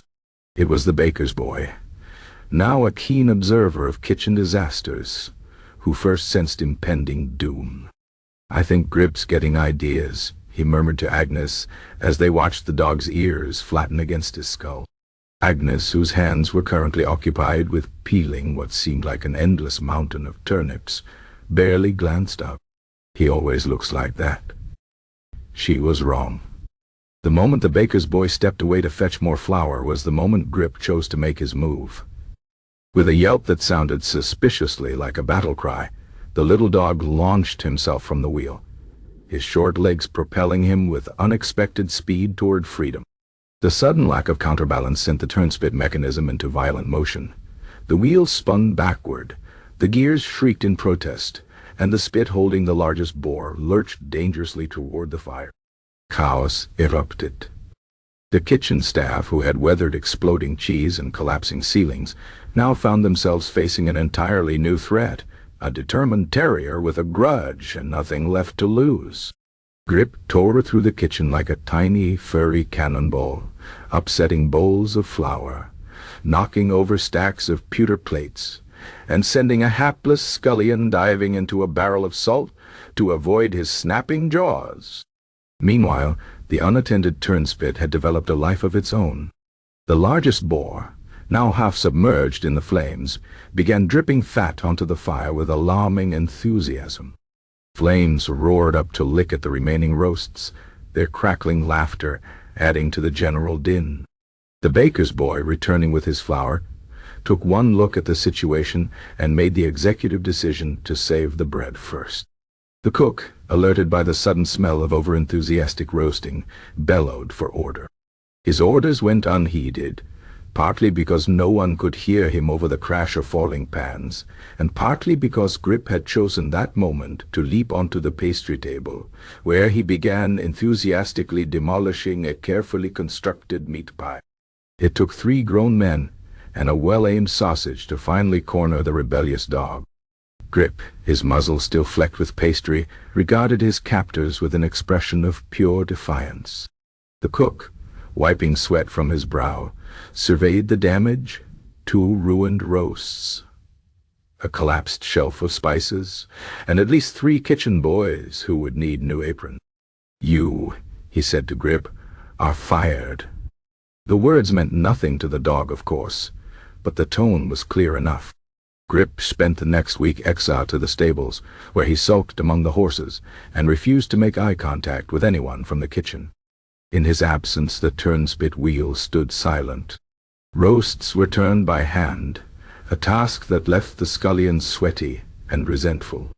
The kitchen staff, while initially relieved to be free of Grip's occasional tantrums, soon found themselves missing his steady pace, if not his temper. A week later, a chastened Grip was reinstated, though with new concessions, more frequent breaks, a bucket of water always within reach, and the occasional scrap of meat when no one was looking. The arrangement worked surprisingly well. Grip returned to his wheel with something resembling dignity, his rebellion having earned him a measure of respect. And so the kitchen settled back into its usual rhythm. The steady thump of the turnspit wheel, the sizzle of roasting meat, and the occasional warning growl from a small dog who had proven that even the lowliest kitchen servant could, when pushed too far, bring the entire operation to its knees. The lesson was not lost on the staff. They worked with renewed sympathy for their 4-legged colleague, occasionally slipping him treats when the cook wasn't looking. Because everyone knew, even if they didn't say it aloud, that the next time Grip decided to rebel, there might be no kitchen left to return to. Chapter 15. A Feast of Fatalities, Banquet Blunders. The great hall was a vision of impending disaster. Long trestle tables groaned under the weight of roasted meats, steaming pies and towering custards that trembled with every footstep. Tapestries fluttered in the heat radiating from 2 massive fireplaces, their embroidered hunting scenes seeming to sweat along with the guests. The summer feast was always a trial, but this year's celebration of the Lord's latest military victory, a skirmish so minor the opposing side likely didn't realize they had lost, had drawn an unusually large crowd. Every noble for 20 miles had squeezed into the hall, their perfumes and leathers mingling with the scent of roasting pork into a miasma that made the eyes water. The kitchen staff had been preparing for this catastrophe for weeks. The cook, his forearms already crisscrossed with fresh burns from last-minute sauce adjustments, surveyed his domain with the grim focus of a general before battle. The butcher had sharpened every blade to a lethal edge. Agnes and the other kitchen maids moved through the chaos with practiced precision, their arms stacked high with trays that threatened to topple with every step. Even Grip, the turnspit dog, had been pressed into extra service, his usual wheel replaced by a larger one capable of handling 3 spits at once, an arrangement the small dog clearly resented based on the frequency of his irritated yips. The first sign of trouble came before the first course was even served.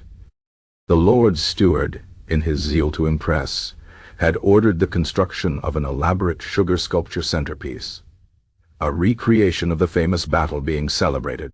The sugar knight astride his sugar charger had looked magnificent in the afternoon light. Now, under the combined heat of fireplaces and body heat, the horse's legs had begun to bow, giving the impression the heroic figure was attempting to dismount into a puddle of his own making. No one had time to worry about melting confections, however, because the real crisis was unfolding at table 3, where an overeager squire had mistaken the decorative hand-washing basin for soup. His choking fit sent a spray of rose water across his dining companions, which in turn caused the bishop's wife to slip on the wet rushes as she fled the splash zone. Her dramatic tumble took out 2 serving boys and a particularly fragile tart, its custard exploding across the floor like a culinary landmine. Back in the kitchen, the cook was dealing with his own cascade of failures. The capon pies had stuck to their pans, requiring violent extraction that left them looking less like elegant dishes and more like poultry roadkill. The roasted swan, always more impressive than edible, had lost most of its refeathered plumage in the oven, reducing it from a centerpiece to a lumpy curiosity.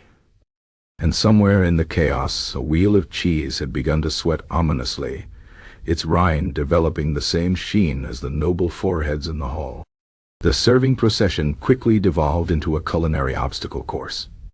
The scullions, already nervous, moved through the hall like hunted animals, their trays held high to avoid jostling elbows.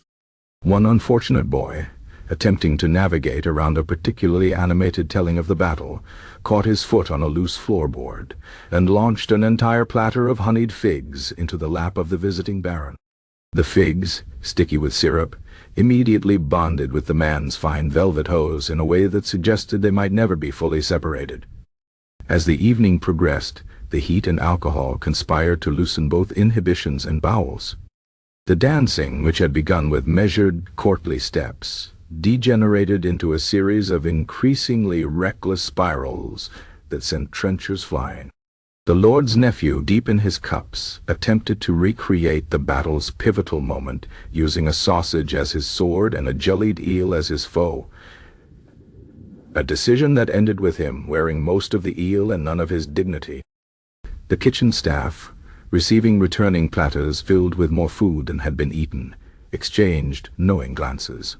Half-chewed bones and prodded but untouched delicacies told the story of a feast that had overwhelmed even the hardiest medieval constitution. The cook, surveying the wreckage, made the executive decision to skip the final 3 courses and move directly to the spiced wine, a choice that prevented at least 3 more disasters but did little to salvage the evening. By midnight, the hall resembled a battlefield far more authentic than the one being celebrated. Noble heads rested in puddles of spilled ale. A visiting knight snored loudly into what remained of the sugar sculpture. The lord himself had retired early, his stomach rebelling against the 5th helping of lamprey pie. In the kitchen, the staff collapsed onto whatever surfaces weren't covered in grease or broken crockery. Grip, freed from his wheel, gnawed contentedly on a stolen chicken foot.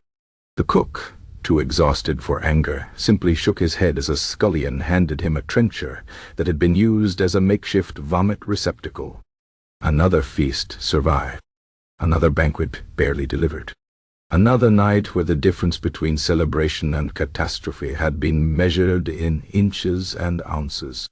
The kitchen staff slept where they fell, knowing tomorrow would bring the even greater challenge of cleanup. But for now, in the quiet of the spent hall, there was peace, and the faint, persistent gurgle of at least one nobleman's struggling digestion. Chapter 16. The Baker's Fiery End.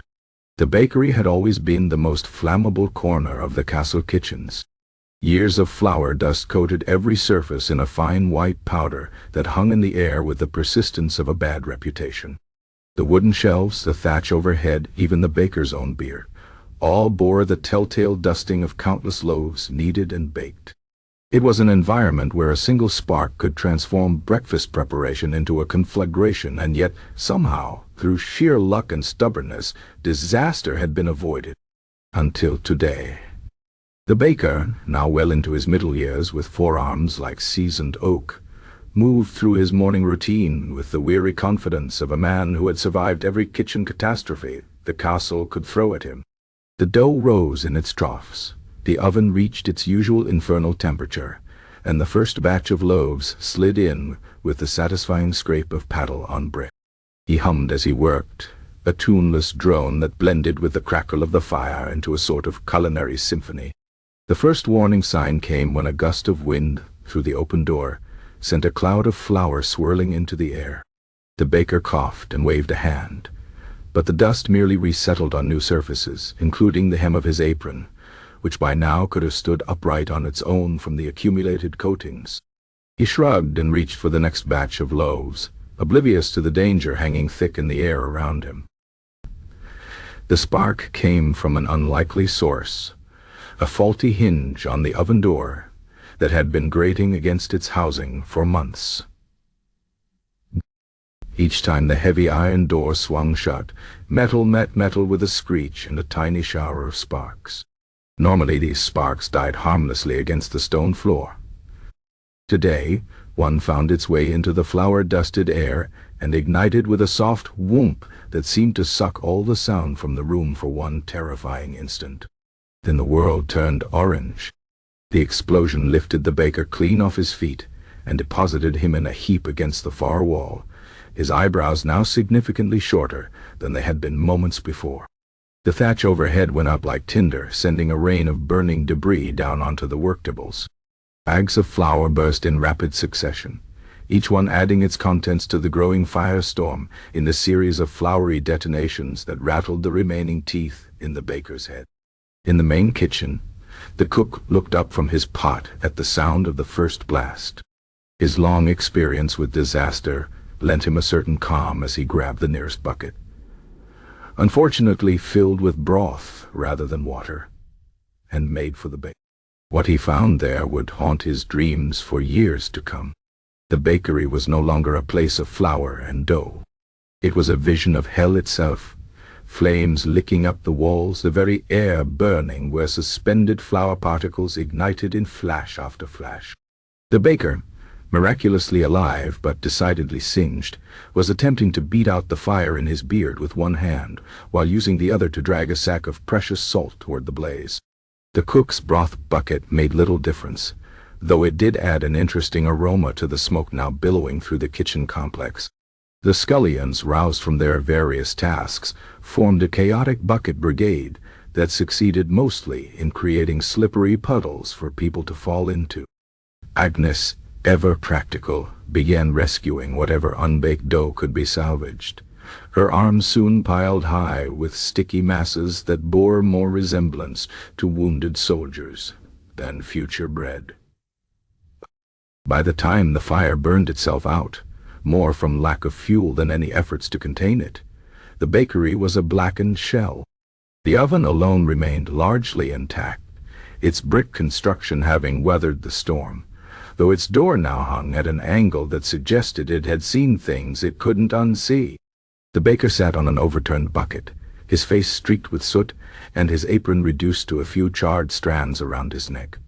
The Lord, roused from his chambers by the commotion, surveyed the damage with the air of a man trying to decide whether to be furious or impressed. "How," he asked slowly, "does one set fire to bread?" The baker, too exhausted for diplomacy, simply held up a single dust-covered hand. The Lord, after a moment's consideration, nodded as if this explained everything. Perhaps it did. In the days that followed, the bakery was rebuilt with slightly more stone and slightly less thatch. The baker acquired a new apron and a healthy respect for open flames. The kitchen staff developed a habit of holding their breath whenever passing through flour clouds. And bread, when it finally emerged from the repaired oven, had a faint smoky flavor that the Lord declared quite innovative.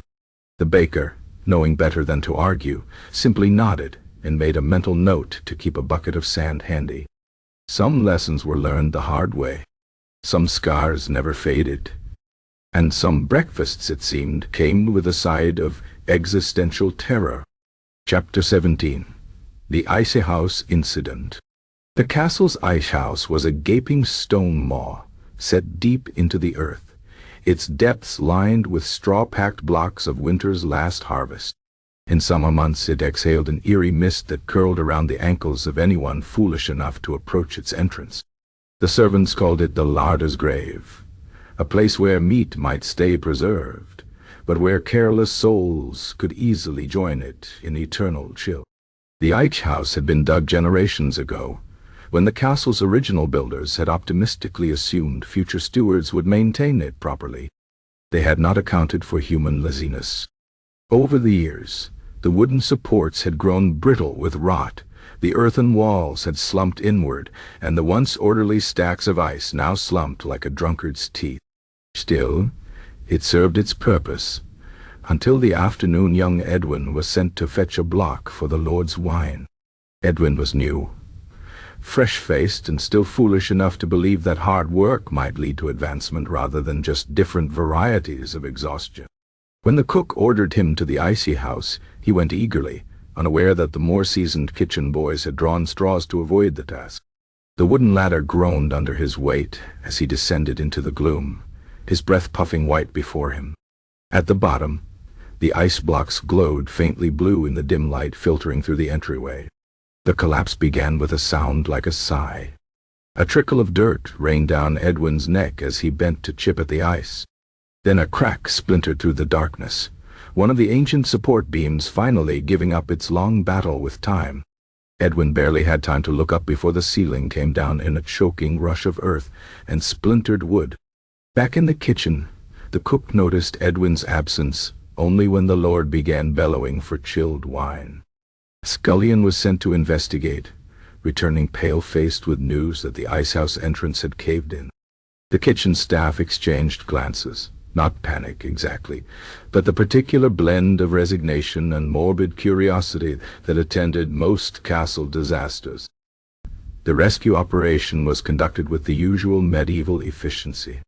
The stablemaster suggested digging from the top down. The blacksmith proposed hooking the debris with iron tools. The Lord, when informed that his ice might melt during the ordeal, declared that they should simply wait until winter and dig the boy out then, a suggestion met with uneasy laughter until people realized he wasn't joking. It was Agnes who took charge, rallying the kitchen staff with buckets and shovels. They dug like moles, flinging dirt over their shoulders in frantic arcs. The baker's man, still jumpy from his own fiery near-death experience, worked until his hands bled, muttering prayers between gasping breaths. 3 feet down, they struck something solid. Not ice, but Edwin's frozen hand, reaching upward through the dirt like a grisly sprout. The boy was hauled free, his skin the color of spoiled milk, his lips tinged blue. For one terrible moment they thought him dead. Then he coughed, a rattling, icy sound, and promptly vomited frozen mud onto the Lord's boots. Edwin survived, though he would forever have to carry the marks of his icy tomb. His fingers turned strange colors in cold weather. His joints ached with the memory of that terrible chill, and no amount of ale could convince him to enter the icehouse again. The Lord got his wine, though it was far from chilled, a tragedy that somehow merited more outrage than the near death of a kitchen boy. In the weeks that followed, the icehouse was repaired with fresh timber and a grudging allocation of the Lord's funds. The new supports were sturdy, the walls properly shored up, the entrance widened to prevent future collapses. But the kitchen staff never forgot the sight of Edwin's frozen fingers breaking through the earth. They took to tossing salt over their shoulders when passing the icehouse entrance and developed a habit of working in pairs whenever ice was needed, one person to fetch, the other to watch for falling dirt. The icehouse still stood, still served its purpose, still exhaled its ghostly mist on summer mornings. But now when servants spoke of the larder's grave, they did so with a nervous glance over their shoulders, as if the very earth might remember and decide to claim another victim. And Edwin, when asked about his experience, would simply shiver and change the subject, his silence more telling than any horror story. Some places, it seemed, were never meant to be visited by the living, and some lessons could only be learned by brushing fingers with the cold kiss of the grave. Chapter 18. The Pickling Pot's Lethal Brew. The castle's store of preserved food was its lifeline through lean winters, rows of glistening jars filled with summer's bounty suspended in brine. Pickled fish, vegetables, and eggs lined the cool cellar shelves, their wax seals bulging slightly with the pressure of fermentation. The kitchen staff treated these preserves with cautious respect, knowing that while a well-sealed jar could mean survival, a faulty one could mean a swift and undignified death. The fateful batch had been put up during the height of summer's abundance, when beans and cucumbers overflowed the garden and the cook's ambition outstripped his attention to detail. The preserving had been rushed, the brine improperly measured, the seals haphazardly applied. The jars were stacked in a dark corner and promptly forgotten, until the winter's first true hunger pang sent a scullion digging through the cellar's depths. Agnes was the one who found them. The jars had developed an ominous sheen, their contents swirling in murky clouds when disturbed. The wax seals had ruptured, oozing a sticky substance that clung to fingers like tree sap.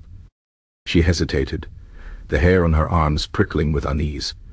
But the cook's shouts from above left little room for debate. Winter was lean, and pickles were pickles.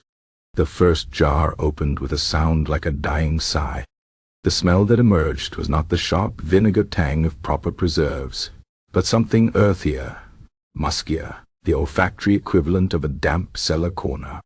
Agnes frowned, prodded a floating cucumber with a knife, and shrugged.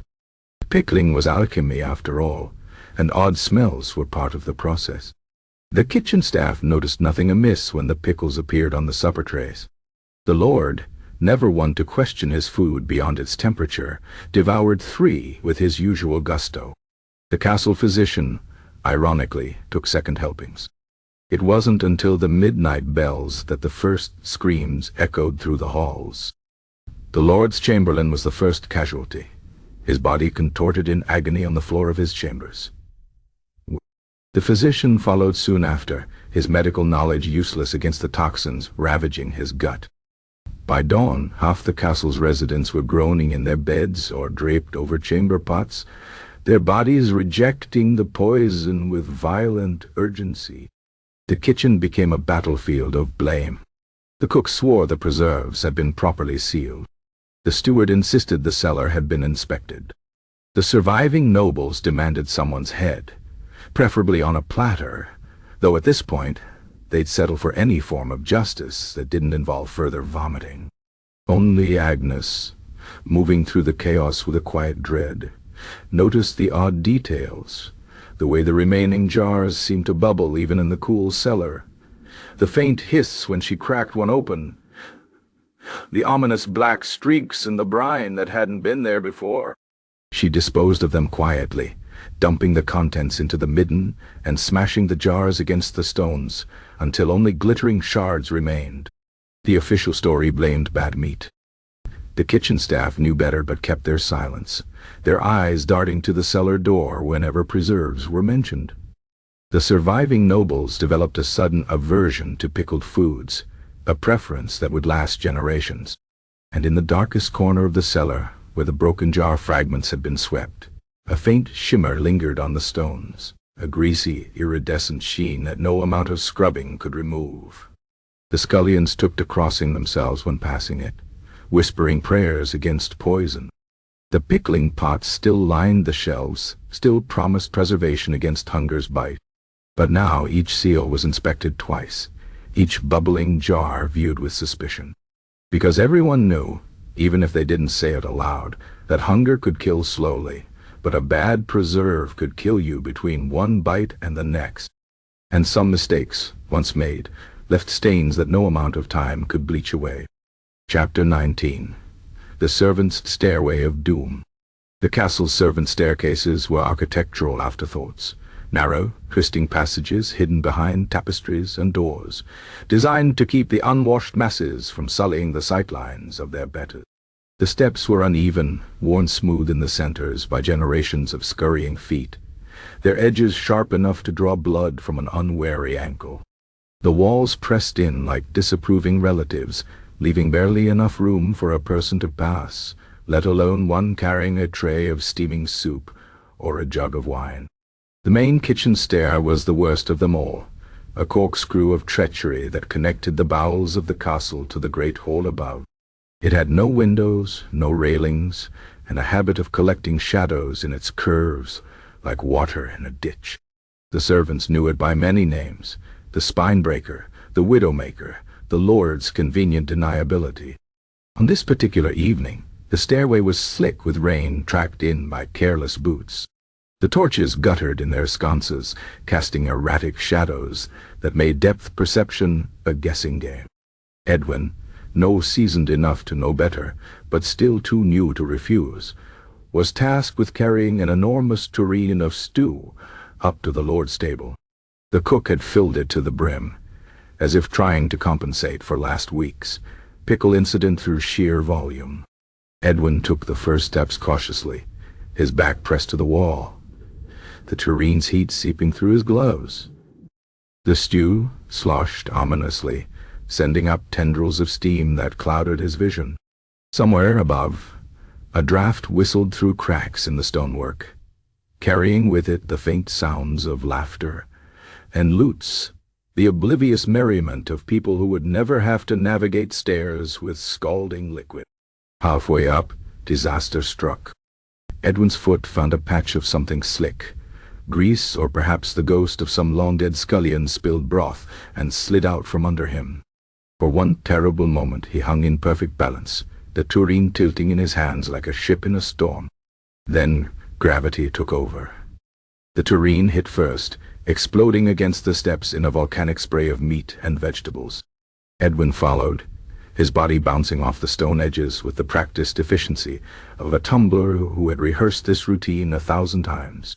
He came to rest in a heap at the bottom, his ankle twisted at an angle that suggested it no longer wished to be part of his body, his front side coated in what had recently been supper. The kitchen staff, drawn by the crash, arrived to find Edwin sprawled in the wreckage like a defeated gladiator. The cook took one look at the ruined stew, another at Edwin's ankle, and sighed the sigh of a man who would have to start over from scratch. Did at least one bowl survive? The cook asked, ever practical. Edwin, through gritted teeth, informed him that no, the stew had achieved total coverage of the stairwell instead. The cleanup was a miserable affair. The stew had seeped into every crevice, clinging to the stones with the determination usually reserved for lichen. The scullions scrubbed until their arms ached, but the stairway would smell of herbs and mutton for weeks, a fragrant reminder of Edwin's undignified descent. In the end, the Lord got his supper, though it arrived late and in considerably smaller portions. Edwin got a week of bed rest and a permanent twinge in his ankle that would act up whenever rain was coming.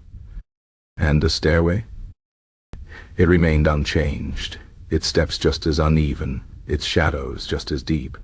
The servants continued to navigate it with the wary respect one might show a sleeping bear, quietly, carefully, and with the constant awareness that disaster was always one misstep away. Some things, it seemed, were too entrenched to change.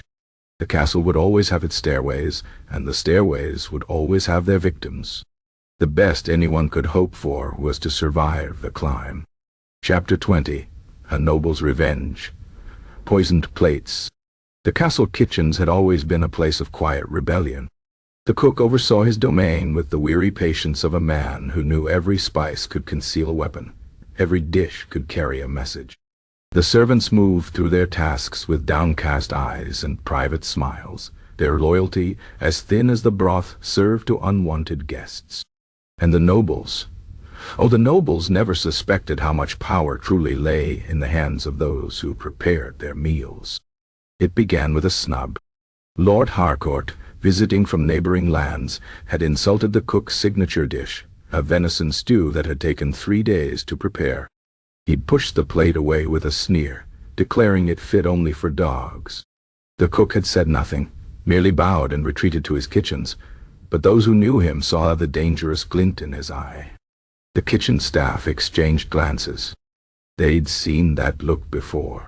The next evening's feast was to be a grand affair, celebrating Lord Harcourt's departure, an event the kitchen staff now anticipated with unusual enthusiasm. The cook worked in silence, his knives moving with deliberate precision. The sauces simmered a little longer than necessary. Certain herbs were measured with extra care. When the steward came to inspect the dishes, the cook made sure to distract him near the bread, drawing his attention away from the tureen of soup that would be served specifically to Lord Harcourt's place at the table. The kitchen staff knew better than to comment. They'd all suffered noble whims, the slapped hands for imagined slights, the extra work for spoiled banquets, the casual cruelty of those who saw servants as little more than furniture. Agnes stirred the soup with a blank expression. The baker's man arranged the bread baskets just so. Even Grip the Turnspit dog seemed to trot with extra vigor that night, his claws clicking a staccato rhythm against the stones. The great hall was a riot of noise and color as the feast began. Lord Harcourt held court at the high table, his laughter booming over the din as he regaled his companions with tales of his own magnificence. The soup arrived steaming, its surface shimmering with a delicate layer of fat. Harcourt spooned it up greedily, pausing only to compliment its flavor. "A marked improvement over yesterday's swill," he declared. The cook, watching from the kitchen doorway, allowed himself a small smile. It took exactly 17 minutes for the first symptoms to appear. Lord Harcourt's jovial boasting turned to confused muttering. His face flushed an alarming shade of crimson.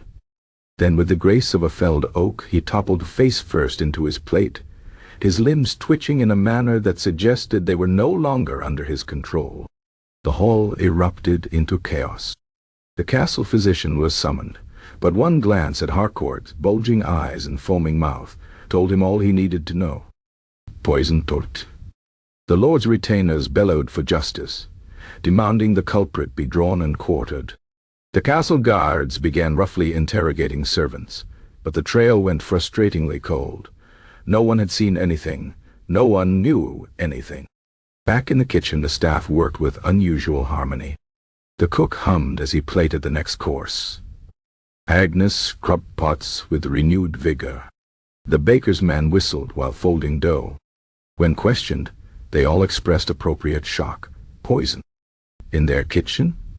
Unthinkable. Lord Harcourt survived, though he would never again be quite so vocal with his criticisms. His recovery was slow and painful, his digestive system seemingly determined to reject all food from that day forward. Rumor had it he took his meals in private now, tasting each dish cautiously while a servant watched, ready to summon help at the first sign of distress. The cook, for his part, never confirmed nor denied his involvement. But that night, as the kitchen staff shared a rare moment of quiet camaraderie over a bottle of pilfered wine, he raised his cup in a toast. "To happy accidents," he said, his eyes glinting in the firelight.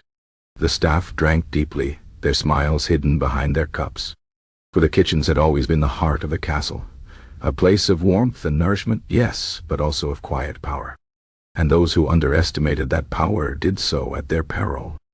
The feast days came and went.